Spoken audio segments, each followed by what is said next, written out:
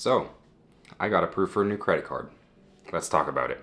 Some of you guys may have seen my roadmap for 2023, or more likely, you probably just read the title of this video. My plan was to apply for a catch-all credit card, and while there are lots of options for catch-all credit cards, some even offering 2% cash back on all purchases, I had my mind set on one. Before we get into that card and what it offers in terms of value, I do have something to share with you guys, and it might make some of you a little bit mad. You see, a couple of weeks ago, I received this in the mail.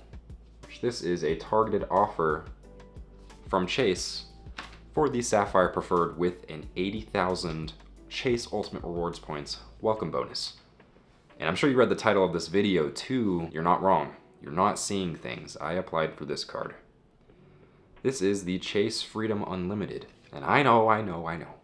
Let me explain before you guys get upset. See, with credit cards, it is essential that we don't fall into the trap of spending above our needs. I love credit cards because they provide me lots of value for my natural spending habits. And the two main cards that I was missing in my wallet at the time were a catch-all card and a travel card. So I was a little bit torn between going for the Freedom Unlimited or the Sapphire Preferred with that special offer, because it's really tempting. However, if I were to take that offer for the Sapphire Preferred with the 80,000 Chase Ultimate Rewards points, I would have to spend $4,000 within the first 3 months of holding the card. And that is by no way natural spending for me. We kind of struggling out here, Not really, but really, but not really, but really. Going for this welcome offer would have put me off course of my natural spending habits, and this would have offset any value that I got from those 80,000 Ultimate Rewards points. And for me personally, this Freedom Unlimited fills in lots of gaps that I'm missing in my wallet. As a catch-all card, I'm getting so much value on spending that I'd be doing naturally,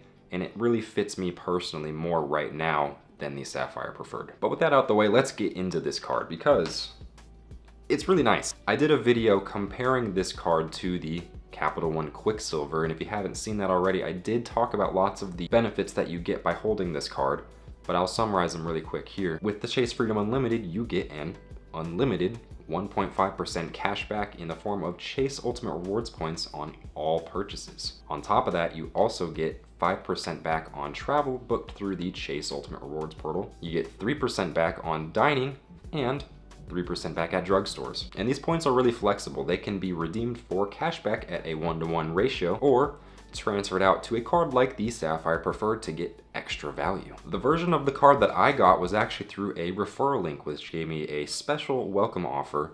Instead of getting the typical $200 for spending $500 within the first 3 months, I got the welcome offer of getting an additional 1.5% back on all purchases in all categories. So essentially right now I'm earning 3% back on everything within the first year, up to a maximum of $20,000 of spend. On top of that, this also adds up to the other categories, like dining. I'm getting 4.5% back on all dining purchases, which you can guarantee that I'm gonna be carrying this card and using it on basically everything. Now, the only complaint that I have with this card, and it's really minor, is that it is the older style of card. I have to hold it like this to cover because they have the numbers on the front with raised digits. Chase, it's a little bit old school, we don't have those manual card readers anymore, but it just sits a little bit thicker in my wallet. It's still really nice. It has a nice design, and I'm getting lots of value. I actually took a road trip this weekend, and the card actually came in on the day that I left, right before we left on the trip, and I've used it so much and gotten lots of value from it already. Do I regret going for this over the Sapphire Preferred? Absolutely not. As I stated before, I love to get value for natural spending with my credit cards, and if I were to go for the Sapphire Preferred, I would be not spending naturally. I'd have to spend so much more than I would already doing, putting myself in a worse situation, and that's not what you want to do with credit cards. You want to be smart with them. So yeah, I chose the Freedom Unlimited over the heightened welcome offer Sapphire Preferred.